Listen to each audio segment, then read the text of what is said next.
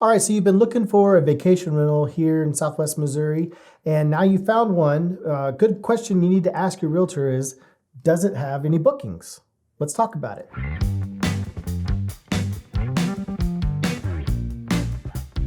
All right, welcome back to the Greater Nixa Homes YouTube channel, guys. I'm Jason with Greater Nixa Homes, and on this channel, we talk about all things real estate from Nixa down to Branson. So if you're new here, consider subscribing.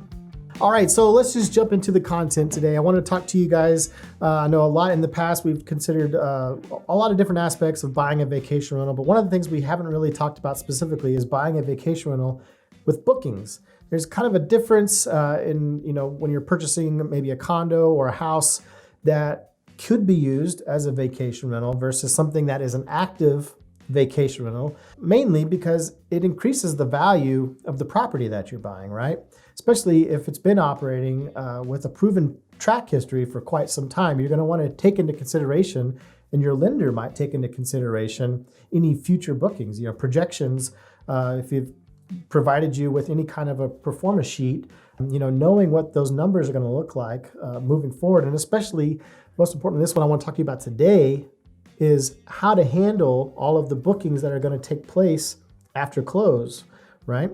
So let's get into it a little bit. So maybe you've got your eye on a property that is worth $200,000. Let's just say for round numbers, right?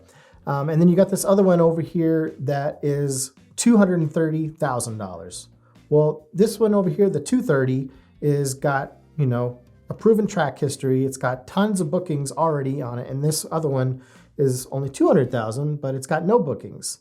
You can see how a lot of times sellers will add on, if they're too very close in other aspects, all aspects of it being that they have the same bedrooms, maybe the same location, especially if it's in a condo area, and you're able to compare apples to apples pretty evenly. But where's the big difference come in? A lot of times it can come into the fact that this one's being used as an active vacation rental and this one's not. Sorry, I got them mixed up there. But just want you to understand that sometimes in our market here, a lot of people will list property based on how successful of an investment it is. So knowing that if it does have, quite a few bookings of repeat history is going to add value to that property that a lot of people may not be aware of, especially appraisers. So it's very important that if you're going to be purchasing a vacation rental, that you have a good understanding of its history, what it's projected to do, and what it already has on the books, because those are things that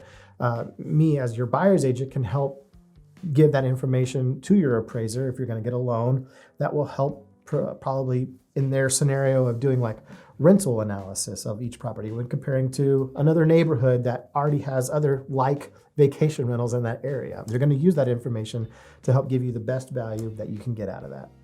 All right, so when you write your contract, you're going to have some special agreements in there.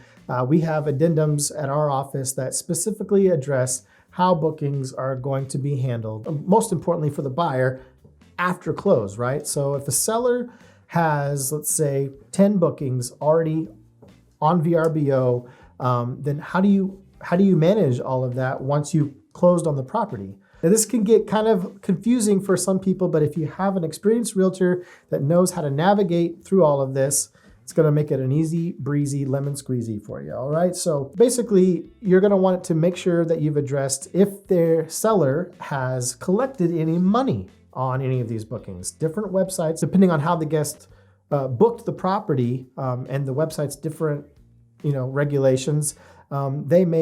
Some sellers require, let's say, 50% down at the time that they book it, and then you're required to pay the other 50% at check-in or check-out.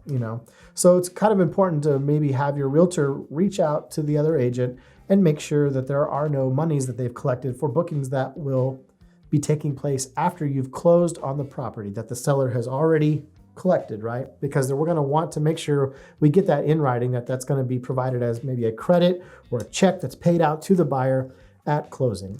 Hope that makes sense. The next thing you're going to want to address is the exact amount that it will be paid to you after closing.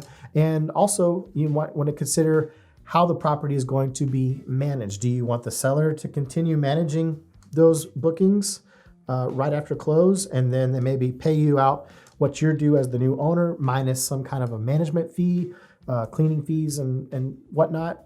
Those are things you're going to want to address in those addendums as well. So just some things to think about. All right, so that's it for this video, guys. For a more in-depth guide on vacation rental, I've got a lot of videos on our playlist. I'll just put a link for you right up here for all things vacation rental here in Southwest Missouri, specifically Branson. You should go check that out. And if you have any questions, feel free to reach out to me anytime. All my contact information is down in the description below. I'd love to chat with you. All right. Be sure to like this video, smash that subscribe button for me, and check back every Monday for new videos coming your way. All right, you guys, I'm Jason with Greater Nixa Homes, and I will see you in the next video.